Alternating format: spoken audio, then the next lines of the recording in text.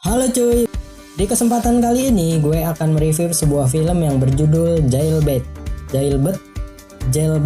ya gitu dah pokoknya. Film ini mengisahkan seorang wanita cantik yang masuk penjara karena tak sengaja membunuh ayah tirinya. Tanpa berlama-lama lagi langsung aja cuy, masuk ke alur ceritanya, let's go.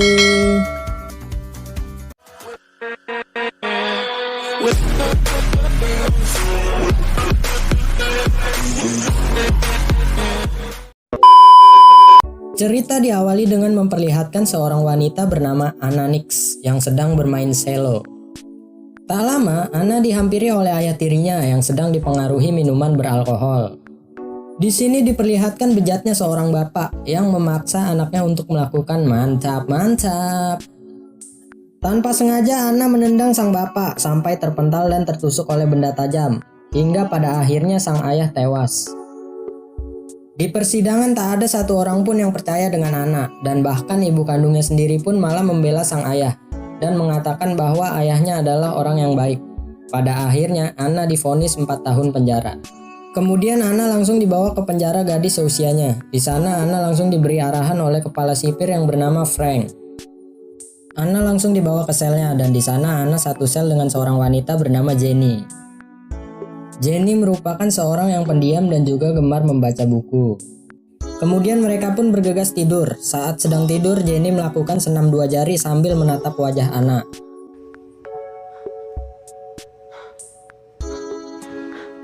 Kemudian seluruh napi digiring keluar untuk beraktivitas. Di sana Anna dihampiri seorang wanita pemimpin geng yang bernama Cody. Cody mengajak Anna untuk bergabung dengan kelompoknya, tetapi Anna menolaknya. Anna pun langsung mendapat perlakuan buruk dari kelompok Cody. Saat sedang mengepel, Anna dibawa ke suatu ruangan dan dipukuli oleh kelompoknya Cody. Anna ditanya oleh penjaga siapa yang telah memukulinya, namun Anna enggan memberitahunya. Anna pun langsung dirawat oleh seorang wanita yang bernama Jen.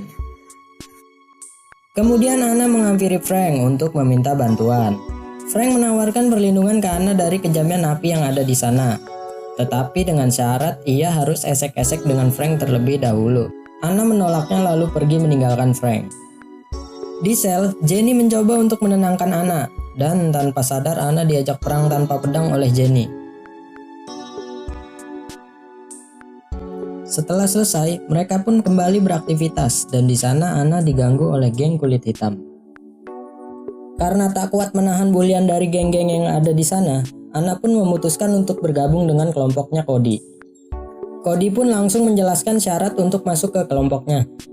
Anna disuruh memukuli salah satu geng kulit hitam sambil direkam oleh Cody. Hal itu dikarenakan agar nanti jika Anna berkhianat, Cody bisa melaporkan bukti rekamannya. Setelah perkelahian itu, Anna langsung dipanggil oleh Frank. Ya kalian tahu sendiri lah cuy, kalau udah berhadapan dengan om-om kadal bintit ini, ujung-ujungnya berbau pergenjotan. Frank menawarkan kepada Anna ia harus melayaninya atau dia akan dikurung selama 1 bulan di sel yang gelap. Dengan berat hati, Anna pun terpaksa harus melayani Frank.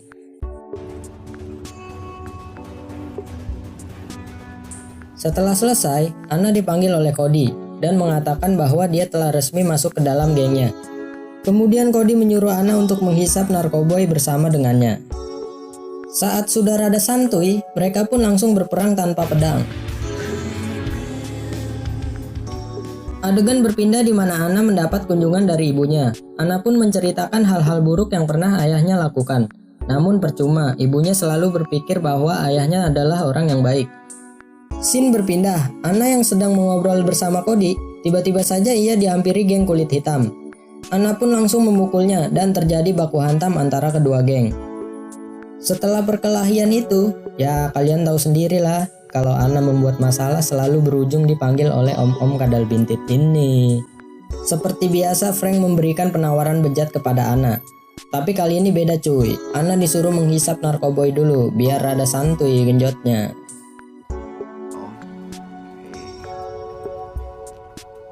Adegan berpindah di mana Anna sudah berubah dan tidak bisa mengendalikan amarahnya.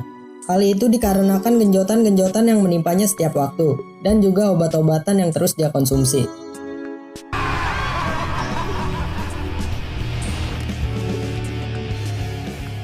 Hingga pada akhirnya Cody menghampiri Anna dan menyuruh Anna untuk berhenti mengkonsumsi obat-obatan. Kemudian Anna yang sudah depresi mencoba untuk bunuh diri, namun rencananya berhasil digagalkan oleh salah satu penjaga di sana. Anna pun mendapatkan perawatan rehabilitas bersama dengan orang-orang sepertinya. Setelah pulih, hari-hari Anna selalu diintimidasi oleh kelompoknya Cody. Hal itu dikarenakan Anna keluar dari gengnya. Singkat cerita, Anna dikunjungi oleh ibunya, dan sang ibu meminta maaf kepada Anna karena dia tidak mempercayainya. Kemudian Anna dipanggil oleh Frank untuk memainkan cello, karena nantinya Anna akan tampil di pertunjukan bakat para napi.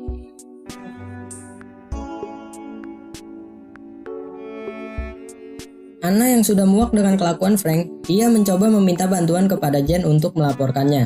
Namun sayangnya rencana Anna diketahui oleh Frank melalui CCTV. Frank pun langsung menyuruh seorang napi untuk membunuh Jen.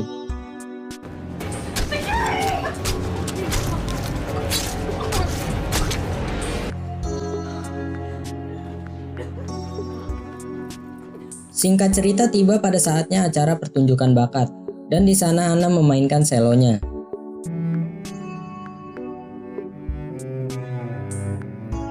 Setelah acara selesai, Frank menghampiri Anna dan mengiming-imingi kebebasan dengan syarat Anna harus digenjot terlebih dahulu. Anna pun terpaksa harus melayani Frank saat itu juga.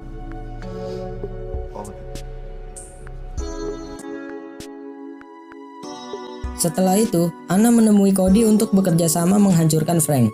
Anna pun meminjam HP kepada Cody agar nanti saat dia sedang mantap-mantap dengan Frank, ia secara diam-diam akan merekamnya. Mendengar hal itu, Cody pun setuju untuk bekerja sama dengan Anna.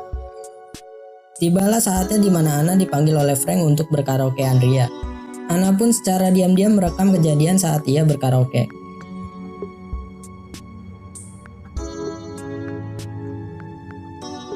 Di hari itu juga ada pengajuan bebas bersyarat apabila tahanan tersebut memenuhi kriteria.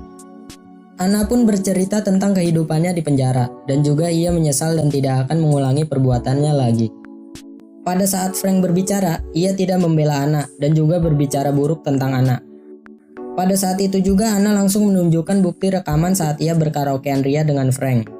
Frank pun langsung ditangkap dan Anna akhirnya dibebaskan.